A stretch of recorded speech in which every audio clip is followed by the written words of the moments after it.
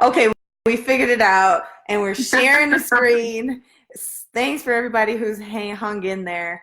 I'm gonna make the screen large, full screen. Now everybody on Facebook can see you, girl. But and then I'll just use my phone to like field questions if people have any. But thanks for bearing with me, girl. So first of all, I just want to say thank you.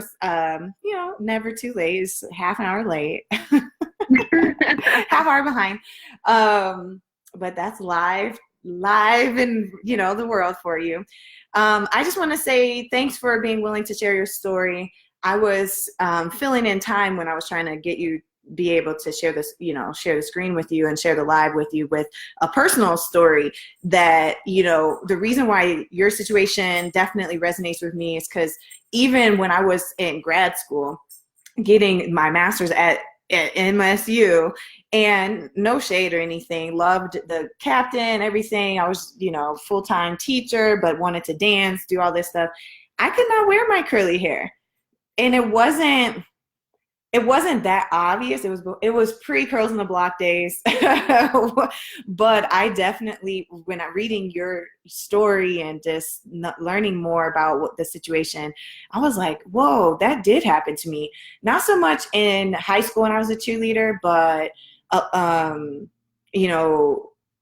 definitely at MSU, they all the girls had all the other dancers had very straight hair, and my hair could do anything, but I did not want to have to straighten it every weekend, and I was like, yo, this is, especially sweating it out. I'm like, I'm dancing. The struggle is real. So anyway, it offered an opportunity for me to reminisce about, the struggle and, in navigating these different spaces and all the things that we are pressured to do and have to do with when we have our naturally curly hair. So I know we briefly chatted previously, and I have a few questions for me, but I want you to introduce yourself, and if you feel like sharing your daughter's name, feel free. But tell us her age, how long she's been in cheer, and maybe what got her started, and then from there we'll move through the questions. Okay, I'm Tiana Young, and my daughter is Naima Young. She is 11 years old. She has been cheering since she was 3. And I have to give credit to my best friend Kai. She was pushing for her to be in cheer.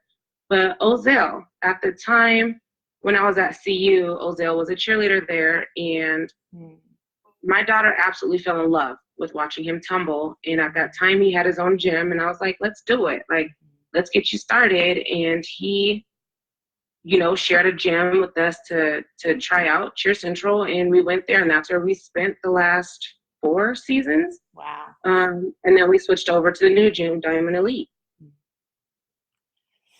Okay, and so is Diamond Elite in Denver? Where is that for folks who might not be in Colorado? It is in Denver off of Washington. Oh, okay. 50 Washington. Okay. And I just thought of another question when you mentioned that. How long had you been, how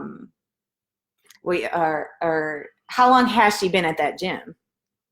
This would have been her 2nd season. So last year was her 1st season. And after the very first practice, the coach was like, she's going to need a hairpiece. And at that practice, Naima had her natural ponytail. And I was like, sure, no problem. Like, we'll do it. It's a part of, first time being a part of this gym. Let's give it a try. Let's try something new. Yeah. And so we did it. And she was how old was she when you joined Diamond Elite?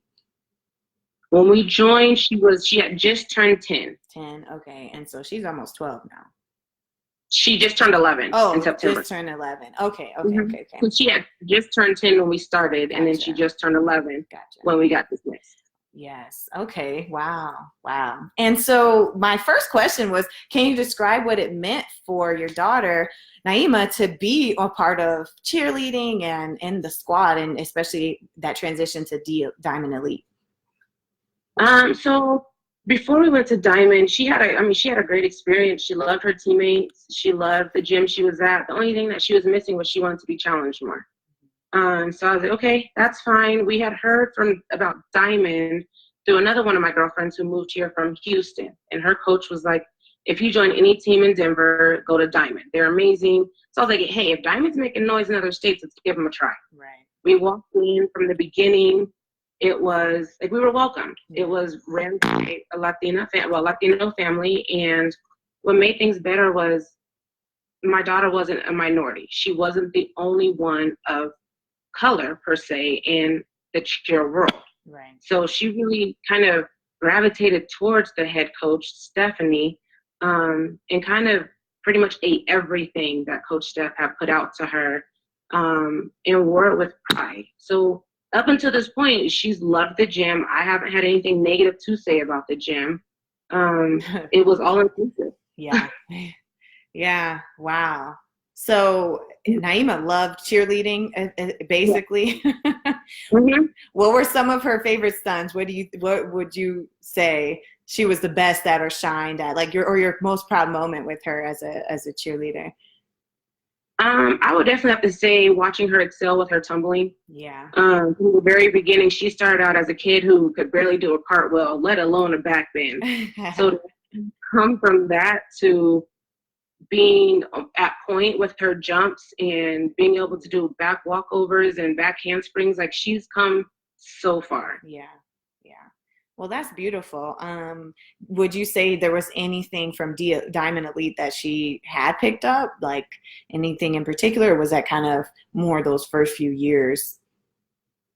One thing that I would say that she did pick up from them was how to stand up for herself, and how no matter what the world throws at you, and no matter how perfect or great she is at something, she will always be seen first for her skin color and being a person of minority. Wow. And so to not show that side of weakness. I remember Naima got sent home from practice one day because the coach made her do push-ups. Well, all the girls had to do push-ups, and Naima decided she was going to start crying.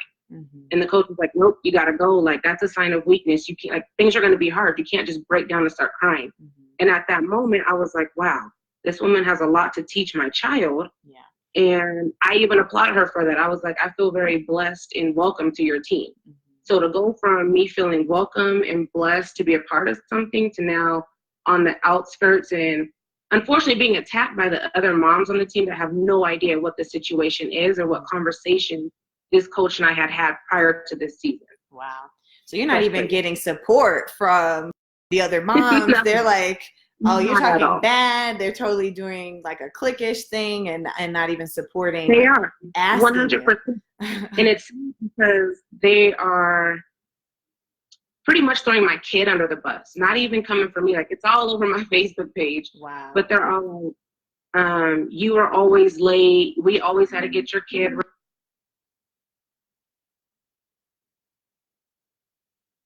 Oh, we can't hear you anymore. I can read your lips. Hold on, let me make sure it's not my end. No, I don't know what happened. Let's see. Oh no. Let's see. Say something else. All right, let me try and give you a call right back. Hold on. We'll stay. Okay, I could redial. All right, man, we were just getting all the juicy. Okay. Yeah, we can hear you. Okay. I'm back. All right. So, you know what? That's probably good. You know what? Because here's the thing. We don't even want to spend too much time on, people who aren't supporting because, they don't even deserve that energy, but it's important for us to know that you don't have the support from the team moms and stuff like that. But at this point, I wanted to know a little more history about even the squad. So was there something in regards to the policy? What did you know about the uniform policy before? Because I do think, hair is part of a uniform. It's part of the grooming, usually even in school settings, work, everybody's addressing, how they want you to show up. So what was your understanding of the policy? So my understanding of the policy, so uniform, hair, and makeup were all 3 different categories on this contract. Yeah. So the uniform alone was the actual uniform, the shoes, the socks, the bow. Right. That was it for the uniform. Makeup, it was, last year was a smoky eye, this year was natural. More so because we tried to do the pink thing and it did not work. Yeah. Probably faded. Yeah, well, not even that. She looked like she was sick. It made her lips look really white instead of a really natural, beautiful color. Yeah. And so this year it was all natural, which, mind you, I didn't care about the makeup. That was not my biggest thing. Like again, this is not our first time being a part of cheer. Right. It was the fact that that was the first year that she was required to not wear her natural hair. Mm-hmm. She was required to wear, I don't even know what I did with it, this like straight hair piece. This one. Looks real natural. Oh yeah, that's how it will be after every competition, because she just rip it out of her hair. Yeah. And from the time I put it in her hair to the time she competed, she was always lightheaded. And I'm like, look, you just got to compete for 2 minutes and 30 seconds. We'll take it out after awards and after we leave. Mm-hmm. So it's not just the time of her performing, but she had to be in it from 7 o'clock in the morning till 4:30, 5 o'clock at night. Like, that's a long day. Yeah. And so the makeup wasn't a problem. The uniform wasn't a problem. And even in the hair, it just says hair must be neat, pulled back away from the face, off the shoulders. So in my head, what is that? A ponytail, a simple ponytail. Nowhere in this contract did it say anything about wearing a hairpiece, hair having to be straight. Right. All hair has to match, nothing. It just said it has to be in a ponytail. And you sent me a screenshot of a conversation you had with, I believe, the coach, where she was acknowledging the beautiful pineapple puff that Naima was wearing. So, and you even asked, is that okay? So how did you feel when all of a sudden it became an issue? And maybe was Naima the first one to find out, or like, how did that even become the issue? And no, so back in May, I had emailed the coach. This is at the end of the season. And I was like, hey, coach, Naima and I have been talking. She said the only thing that she would change is being able to wear her natural hair. At that point, the coach said, like I've told you previously, Naima doesn't have to wear the makeup, the lipstick, the eyelashes, nor the hair. She wants to go all natural, let her go all natural. Mm-hmm. But she didn't, but in that same sentence, she said she did not want Naima to feel left out. But like, my child wouldn't feel left out if you make her feel like she's included. Right. Don't make an issue out of nothing. Right. And so at the beginning of the season, when coach was like, I had crocheted Naima's hair, and that's the comment she made, was she loves Naima's crochets and that she could wear the crochets to competition. And I was like, okay, like that works. We'll do that. Mm-hmm. And then that week before that Saturday practice, November 2nd, the coach was like, you need to come up with $20 ASAP because Naima needs to have the same hairpiece as everyone else. And at that moment, I was like, nope, not going to happen. Like, you and I already had this conversation. You've already told Naima, like, she can wear the crochets or her natural hair. Right. Not going to happen. Right. And so she said, well, if I have to, I will have that conversation with Naima. Wow. That's not your place, first of all. An 11-year-old she was going to have that conversation with without her mom, who already said what she wanted to wear. Right. And at that moment, I told my child, I said, you want to wear your hair natural. Yeah. We will support you wearing your hair natural. Yeah. Mommy will go to bat for you to wear your hair natural. You just let me know what you want to do. If you want to wear this ponytail piece, then I don't want to hear you complaining about not being able to wear your natural hair. Right. This is what you're agreeing to. And she said, no, I want to wear my natural hair. Right. And I said, okay, so if coach says anything to you about wearing the ponytail piece, what are you going to say? Right. So you even like worked with her. Yeah. Right. You prepped her. Like, say things in a mature way and not being disrespectful, because I have also taught her, you do not talk back to your elders. Right. You will be respectful. Right. But you will also stand for what you believe in, and there's a proper way of doing it. Right. Right.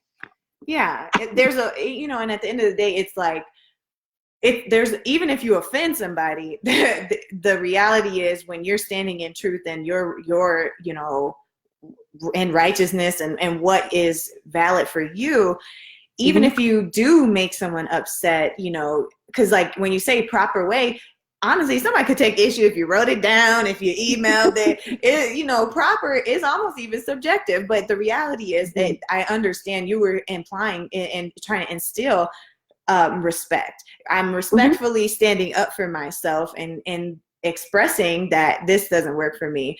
And for an 11-year-old to have that confidence, you know, is really amazing and could be really impacted. And this is getting to my other question. She could really be impacted if a coach is like, well, no, we don't respect your natural hair. What? And especially when she knows she's never had to do that before. So how is Naima feeling now? You know, it sucks because I asked my child that this morning. I'm like, with everything going on, with now it hitting the news, like, how do you feel? Yeah. This morning was the first time since this whole thing happened where she actually broke down. And it broke my heart to know that there's nothing I could have done to really protect her from this. Wow. She was thrown under the bus by someone she respected. Yeah. And she was disrespected to the point where another mom who we thought was our friend was the one who's lying on us, saying that we're saying things that never were said. And then for this coach to then turn around when her teammates ask her why is Naima's hair different, for her to not only refer to her as the African-American girl multiple times, but then said that she didn't feel confident and beautiful in the team hair. At which point she turns to the one other little black girl on the team and asks her, how does she feel that this African-American girl? Oh man, I can't hear you. It cut out again. Hold on. Always at the juiciest parts. It's like, it won't let us be great. Let me try one more time. I'm gonna recall. I'm gonna rate Facebook because this ain't it. I'm rating Facebook bad. This is not a good live or phone call. Okay, so the coach is talking to all the girls, and were the parents there too? No. Oh my gosh. She kept the girls 30 minutes longer than practice. Practice was supposed to go from 12 to 4. All of us are there at 4 o'clock trying to figure out where the girls are. Now, it's not uncommon for this coach to keep the girls late, right, which I'm there. But once it came to like that 20, 25-minute mark. You like traffic. Right, and at that day, we actually had plans. Like, we had plans to go over to my fiance's family's house and partake with them. Right. So you're cutting into now our things that we have planned. Right. And so once the girls got dismissed, like, you could tell something was off. Like, all the girls had this like mopey look in their face. My child got in the car and didn't say anything. I'm like, how was practice? It was fine. And she looks out the window. Yeah. You know what? I'm not gonna push it. Clearly something's wrong with her. I'm gonna let her have it. Right. And so then Sunday came around. I was like, okay, so what happened in practice? Tell me what happened. And at which point she shared with me the story of how the coach threw her under the bus, didn't have her back. And I reached out to a couple other moms on the team. And without me even telling them what Naima told me, I said, can you ask your girls what happened with that conversation? Right. Within 5 minutes, the moms got back to me and was like, how's Naima feeling? We're so sorry this conversation happened. We were not aware of this conversation. So now for those same moms to be jumping in my inbox, talking all crazy, like, you were the one that verified my child's story. So now you want to act all fake and like you didn't know anything. Your daughter was the one who told you what happened. Right. I'm sorry, man. That makes it even, it's like another slap in the face. It's one thing you got to deal with, like the coach and just the whole hypocrisy and just double talking. You know, you approve something, you say it's good, now it's not, and then the team is now against you. And man, and so you know, once that all came out and after this, does she feel, you know, she looked amazing. I shared one photo and she's got the high kick, you know, leaning on mom. You know, was she a flyer, by the way? I wanted to know. Was she a flyer? No, she's a base. And man, so she was strong. She was love that team because she was going to be an all around. Yeah. They were going to move her around. So she did get the chance to fly, but her strength was being a base, unfortunately. Yeah. So, no, we need bases, girl, please. The best bases.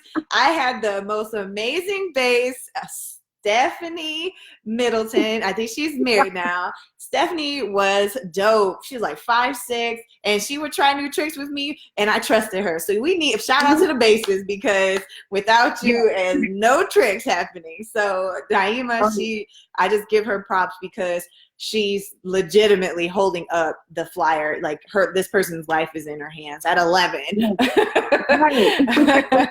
But how does she feel? I mean, how is she feeling to move forward? So moving forward, we are not returning to cheer. She's made that very clear. We are going not to just like diamonds, but cheer. No, like cheer as a whole. I was like, baby, there's other cheer teams we can go to. You know, we can try a smaller gym. We can go to recreational cheer. And she gave me this look and was like, no, I was like, oh no. And I asked her, I was like, why are you done? Like, really, because you're so passionate about it. Right. She said, I'm embarrassed. I feel like I don't have the support to be who I want to be in cheer. Right. And I said, well, did you really want to end cheer this year? She said, no, I wanted to end at the end of the season. This was going to be my last season, and I was going to make it be the best season ever. But now I can't even do that. I don't want to return. Wow. I'm done.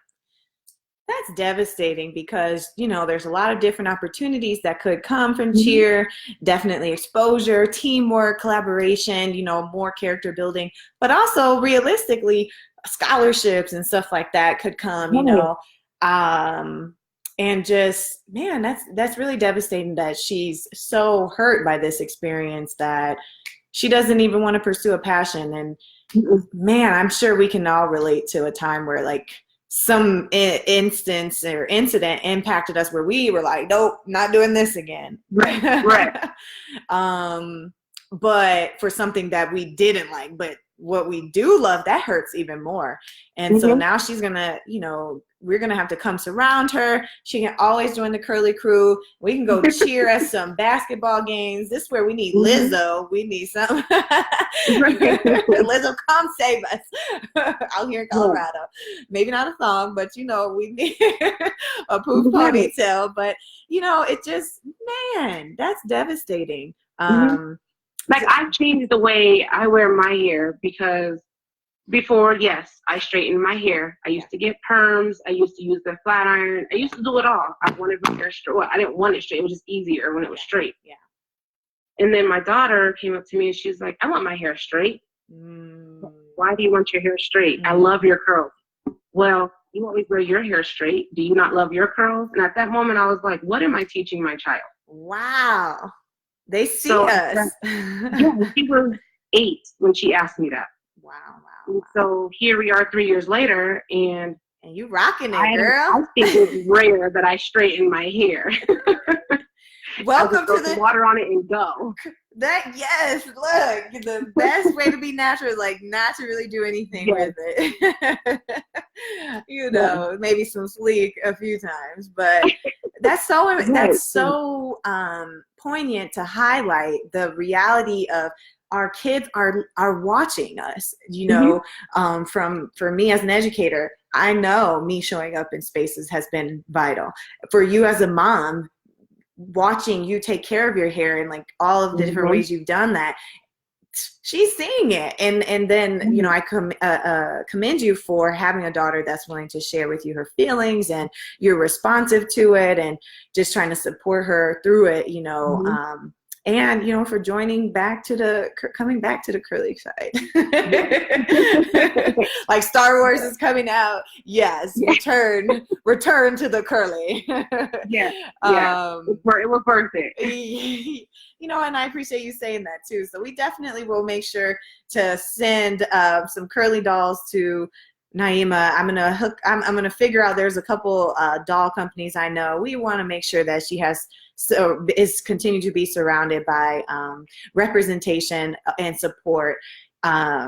And that's why we need more dolls who look like us, because we could even have like the different skin tones, but they all tend to still have straight hair. I'm like, I know it might seem easier, but with Curly Crew, we teach how to make the hair curly too. So we can make her doll's hair curly. She can come do that activity. But funny, because we were at a cheer competition in Vegas, and we were at Walmart, And I have never seen my child get so excited over a Barbie. Let me tell you, she dropped everything in her hands and ran over to this Barbie, and she wouldn't let go of it. And I was like, what is so great about this Barbie? Right. This is a black Barbie with curly hair, and she's thick. Yeah. Naima was like, she looks like me. Yeah. And so like to see her face light up like that, yeah. I'm like, so a lot of the things that you're surrounded by are really having an impact on you. Yep. Even with me trying to shelter you from this, like clearly there's only so much sheltering I can do before she gets exposed to it, whether I want her to or not. Yeah. So I think that there's a few years ago, I think it was something like 10,000 ads in a day. We don't even notice. I think it might have been more, but I know it would say multiple thousands. And that's from television. I mean, think about even in an hour setting, how many commercial breaks we have. And then you got billboards, you have stuff on magazines, you have the newspaper, you know, all these things. And now with cell phones, I don't know if she has a cell phone or not, but even still, they she's in it. She's gonna be inundated with it. So tell her to download the Curls on the Block app. We definitely want her to get there, get on the Curly Crew, because what we're gonna do is share this story, you know, on all of our platforms, and you know, definitely still invite her out to be able to share her story. There's a few events coming up where it's talking about one, the increased criminalization of young Black girls in the education system. And this is leading up to one of my last questions I was hoping we could kind of go over and expand on. And it's called the Push Out. And in February, Curls on the Block is going to be supporting a Denver showing that is led by a whole coalition. And also, this is the big announcement. I was waiting to 2020 to do these things, but you know, there's never a plan that goes how it's supposed to. But I'm super excited and just honored to be able to say that, you know what, your story unfortunately isn't unique. Tons of women from the education to after school program to, you know, peers. I do remember getting teased by adults who didn't think certain looks were good or not. And I'm just like, okay, what? But Curls on the Block is joining the Crown Campaign Coalition, and that is the one that Dove has just joined or has been supporting, and they have gotten the hair discrimination legislation in California, New York, and New Jersey. So Curls on the Block is going to be spearheading the efforts in, for instance, we'll take it local. Start with a cheer team. What are your policies? And that's why I asked that question first. What are your policies about hair? You know, where is that? You know, what's the contract?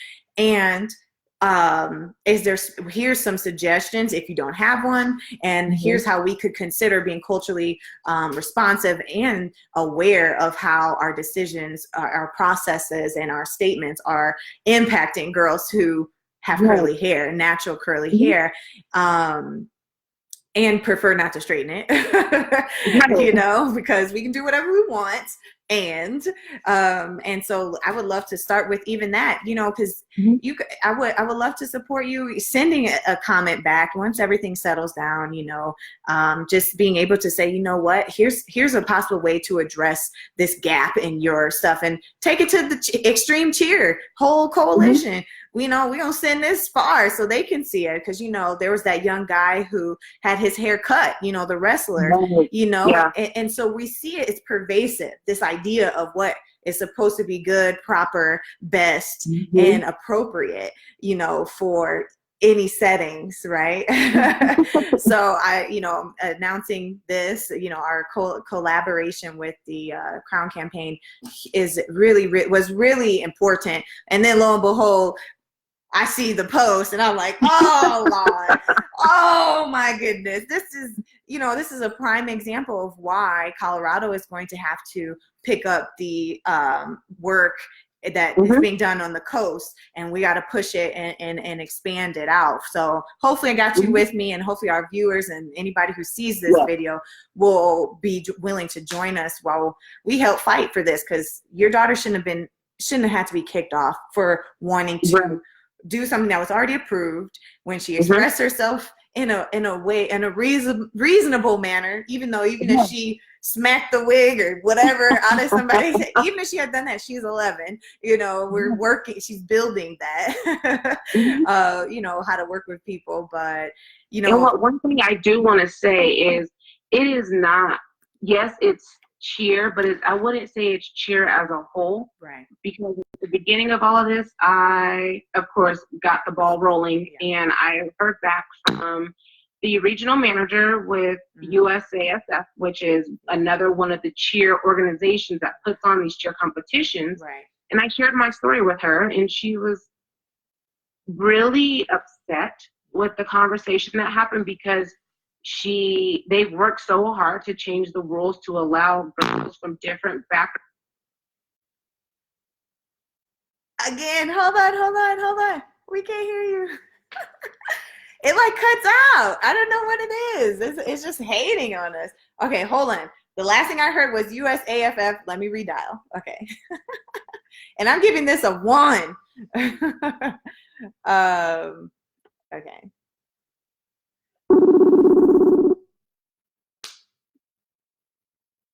See, okay. You know what? They're watching us. The feds are watching us.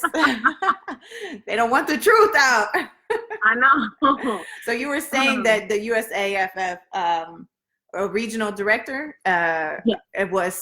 you've spoken with her, and she has already described the work they've been doing. And she said that she wants to use this as a learning opportunity for the coaches. Yeah. Okay, I get that. As an organization, fine. Like, at least have that talk. Right. But just the basic beginning of the situation. Yeah. Because I know that even parents are like, it's cheer. Like, if you follow the uniform or what's expected, go to rec. But it's not cheer. It's just this one gym. Right. Even we were teams with currently here 2 puffballs versus 1 puffball. Rest of the team has straight hair, and girls walked in with individual braids in. Mm-hmm. Like, so to me, that is a cheer thing when I have for myself. And they're like, well, Diamond Elite wins first place in everything. Okay, that's fine. And the coaches aren't great coaches. The athletes aren't great athletes. That has nothing to do with the hair. Right. And they're making it about race, and it's more than just race.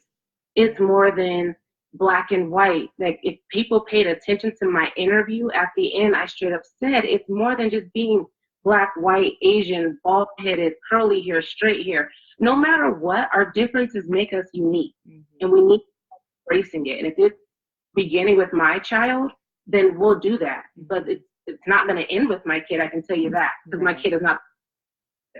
No, she's not. Like, I tell, and it can be internal. Like, as an adult, I was 20-something years old. And I still had to, I'm like, dang, this sucks. I got to straighten my hair again for dance, and scared I was going to look a hot mess, or my hairstyle didn't look exactly like the other ladies, and I did joke one time. I was like, okay, so next week we're going to go like this with my hair, and just to show that difference. Like, imagine being told you got to get your hair crimped, and they can, because I've seen it. They do. It's like that really tiny curling rod, the magic wand, right? Or they crimp it.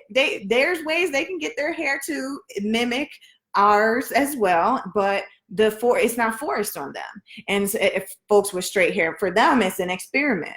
It's not how they have to navigate, and it's not going to jeopardize their opportunities or their passion, things that they're good at.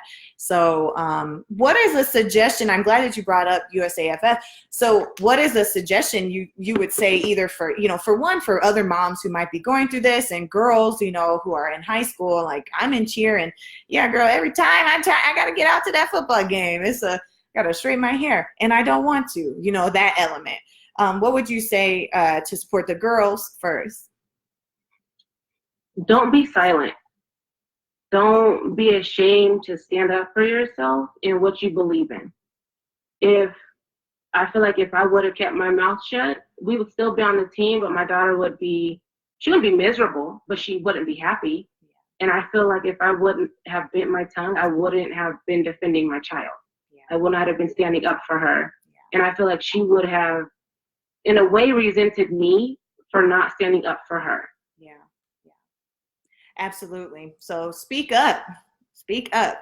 And it's so interesting you say that, because I do teach with the girls within Curls on the Block. I have a part of the like curriculum when it's a long-term curriculum experience, and they meet like weekly. We go over voice, and it's volume, opportunity, I statements, community, and set the example.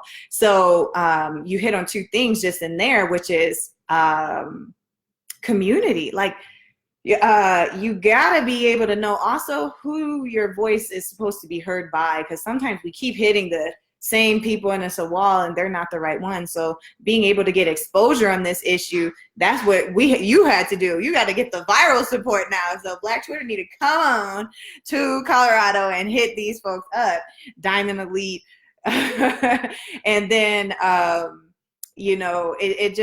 just resonates immensely, and just the opportunity, you got to take it. There's two things I share with the girls, like when you consider your opportunity to talk, if it is your opportunity to talk initially, like if someone asks you, but maybe no one asked you, and if you are still compelled, just be prepared for the consequences, either or, and that's all we can do, because some backlash. I knew that was coming. Unfortunately, I knew a lot of it would come from the moms on the team. There's this unspoken rule within the cheer community. Like, if you turn your back on the cheer gym, it's like the whole gym, which is, we should be able to differences and not have to worry about it. Like, anyone who knows me knows I don't hold my tongue. I don't sugarcoat anything. I come to you direct, and the problem head on. So the fact that now that I'm speaking about my child's hair, everyone's like, oh my God, I've never seen this side of you. You've never been this person. I've always been this person. Right. I don't see. Right. It's just you just had to experience this now. Like this has always been here. But you are going to go hard for your own child for sure. And if you could suggest anything for the USAFF or any other cheer squad, what are some thoughts, or what is some language you would offer? I would. It's so hard to kind of put that suggestion out there, because it's a big organization. There's different chapters, but I would say it kind of starts at the top with them, and trickles down to these coaches. So if it is, miscommunication from up above to down, then we need to figure out a better way to get this information to these coaches, and then from the coaches to the parents to the athletes. It all starts up top, and unfortunately, when things are not relayed appropriately, it affects our children. Unfortunately, but our kids are the ones that have to take the backlash of all of it. And just for shoots and giggles here, you like to edit, could you tell me though, because this wasn't a free activity, I mean, this, like you said, it wasn't rec, so on average how much would it cost for a competition? So for one competition, you have the entry fee, which is $20, anywhere from $20 per person. Then if it's out of state, you have to count in your airfare, food, renting a car when you're out there.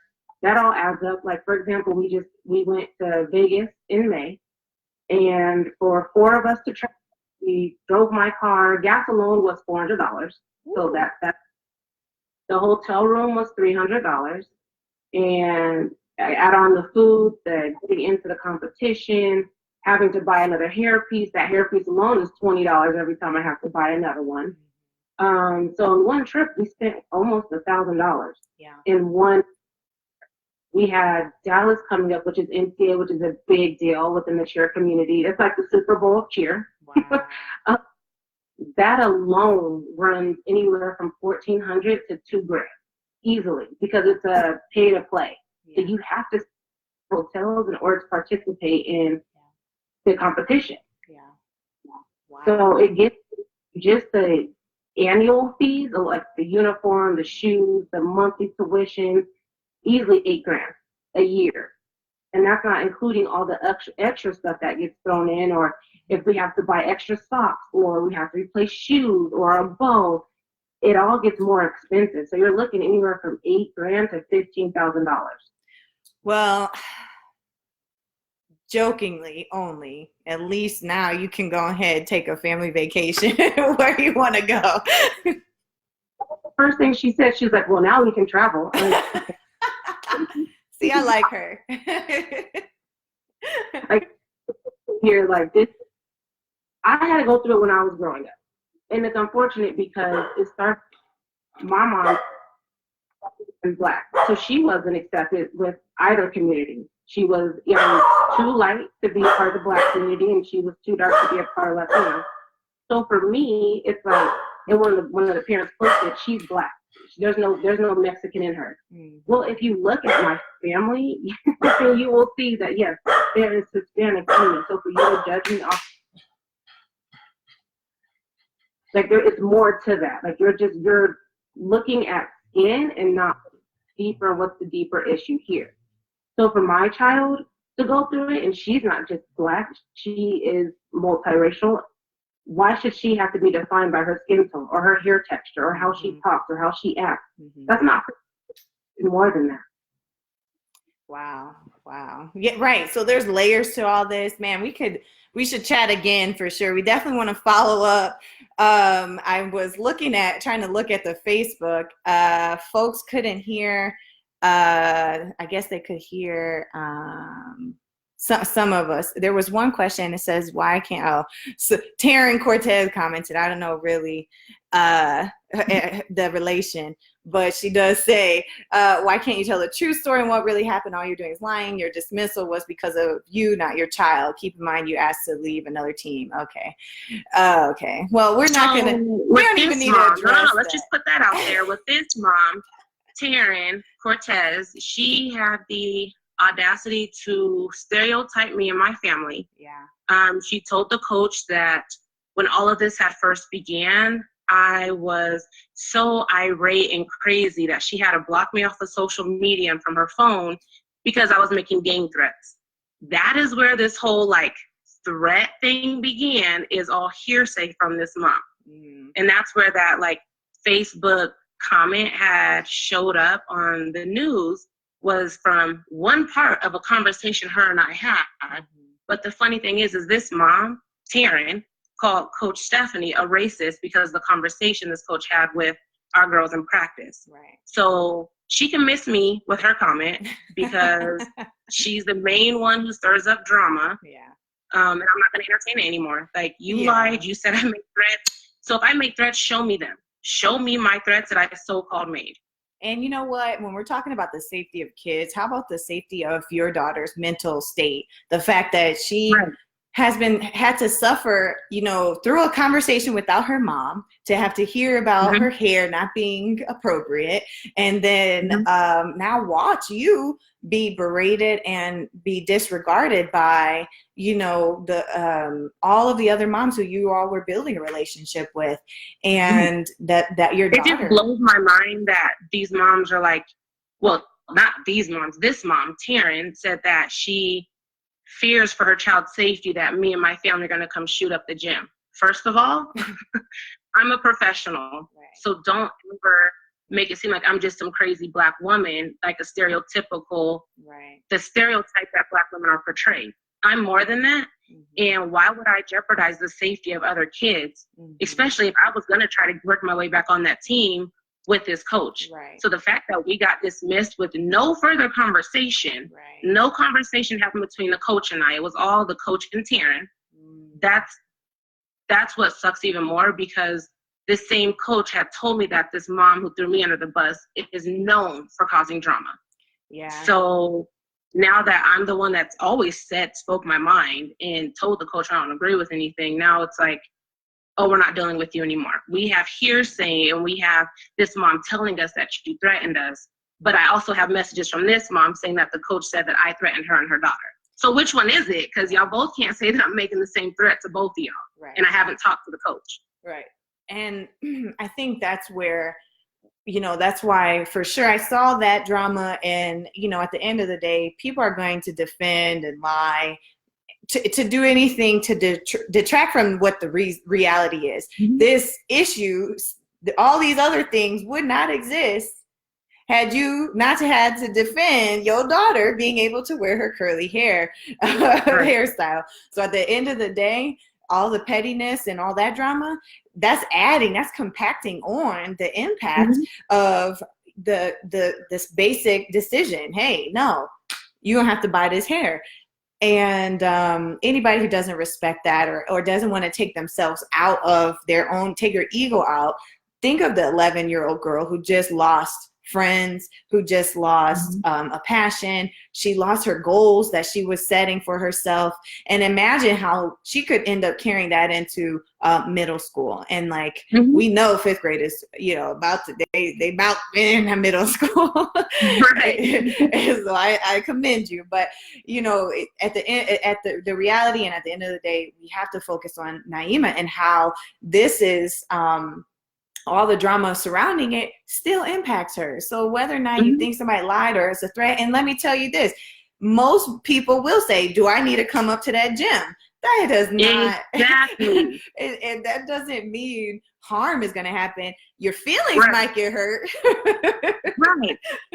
But the fact that you thought I was going to come shoot up the gym, like, to me, that's comical. Because it's like, you don't know me, and two, the fact that you think I would harm your child after you agreed to let me take your child out of state for you because you can't travel because of health. Right. Like, that makes no sense to me. Right. So, and that's why, you know what, you can't even take none of that personal. Yeah. It's comical. Like, if y'all wanted us off the team, that's all you had to say. Yeah. To make it become this big of a deal, it's comical. Yeah. And it never should have reached that point. And so in the dismissal, I guess we can wrap with this. With the dismissal, what did it actually say? Highlight. And I have the dismissal email, and I can also send that to you as well. Okay. But it said that proof has been shown to coaches that I've made slanderous and derogatory remarks about the program and the coaches' health, and these actions, negative actions, will not be tolerated, as well as the coaches have contacted the everyone involved. A restraining order will be filed so that there's no more communication between the coaches and I, because the coach fears for her safety, her athlete safety, the parent safety, and the safety of her gym through threats that I supposedly made. And they are waiving my $500 early dismissal fee so that they don't have to have any more communication with me. Right. And this was all within 16 hours of this coach catching wind that I knew of her conversation she had with my child on Saturday. Wow. So if you have nothing to hide, there should not have been a problem with you communicating with me. Because my initial reaction was to go, like, to give this coach a piece of my mind, like, you don't get to have this conversation with my child and I'm not there. Yep. But I wanted to be respectful of her and let her see my face. Like, yes, I am angry as hell because you had this conversation with my child after we had agreed as adults. Right. But I'm gonna give you the benefit of the doubt and let you defend your conversation. Right. You need to give me that, and you're gonna believe what this other mom is saying, and not give me the benefit of the doubt and let me hear my side of things. And well, really, you deserve to express your, first of all, you're paying, you just said you pay over, and that's why I asked you, you're paying $8,000 to plus a year for an entity that's, you know, they got to listen to you, you know, there's some give and take. And I know people get confused with all the shows where parents are not able to give their feedback and stuff. And I think a lot of commentary is against that. Like, when it comes to the mental, physical safety of my child, I have every right to inquire. And it doesn't mean that, and like you said, it could have, even the USAFF person, it could have been a learning opportunity to make, and then steps could have been made to have, to amend things and to restructure. It didn't have to be a removal. And the end effect is, again, back on Naima, she can't even do it no more. Even if, you know, like, this is just. Now she has a uniform in her closet that we paid for that she can't wear. Well, you might, new year, new decade, might want to burn it. I don't know. Like, No, I think for her, I'm gonna have one of my coworkers is gonna put together a quilt for her, yeah, and we're gonna cut up all her old uniforms and make a quilt out of it. Because yeah, good, bad, ugly, and different. This is what her passion was. yeah, At one point, she loved this sport, and I'm not gonna let one woman change that for her. Like, yeah, yes, be hurt, but yeah. at the same time, remember that joy that this sport brought you. Yep, yep. That's beautiful. I think the quilt will be great. My mom actually made them for all of her kids. Once we turned 18, we had to give her all our shirts, and she asked for them, and you kind of forget. But Yep. we all got them. My little younger siblings just got theirs, so I can tell you, and we all cried. We were, oh, ugly tears. So it is going to be impactful, and she will be able to have that reminder. She'll probably keep it folded up for a little bit, but Right. even still, have that story to say, this is something I did when I was younger, and here's how I learned from this. And who knows, she might become a gym coach in the future to make a change, and in other curly girls' lives. So I just want to say thanks again for your time, and seems like some more actions on the social medias. So I'll try and reply to people, and we'll follow with kind of like a report. Download the Curls on the Block app. It's on iOS and Android, and we're going to share this video on our YouTube page, which then you can get the video from subscribing or just whatever.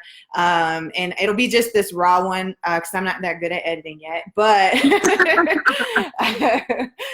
but I just want the story out. I want your side, and we have to take initiative and make sure we can share our story and give our narrative before anybody else tries to continue to smear our names. And I stand for Black women. There was someone just the other day who I will type it out, but she said, I stand for women and I stand for women of color. What the F is this? And so I'm like, exactly. I'm here to make sure I'm doing my part to stand up and make sure that people are privy to these, just like those little decisions that impacts us and our kids and our community, our representation. And wow, look at all the things that come out. We have to end up talking about race. We talk about privilege. We talk about relationships and self-esteem. So, and on that, definitely feel free to reach out. Let me know what else is out there. If I find out about some teams, we're going to invite Naima and try and get some gifts to her, some curly gifts. For sure. And yeah, we got to support her. We got to support you. And so I will follow up as well to let's get the language out there and send a suggestion, based on the dismissal and all of the other drama. The end goal is to make sure you're privy to how your policies are negatively impacting young girls of color who have curly hair specifically. And that's the bottom line. That's it. And how people say, period. And tell Naima we say hi, and I say hi, curls, and I say we, I mean like the entire curly crew, all the curly queens. You know what? There's this museum of Black girls, and I'll get you all a ticket to that experience. Okay, it's gonna be December 21st. And there's like a tea on the 22nd. And so I'll make sure, and it's in Colorado, it's in Aurora. So you'll come on out and, just be around Black girl magic. All right. Well, take care. And we'll be chatting again. Okay. Sounds good. All right. Thanks for bearing with the terrible technology. Bye. All right. Bye.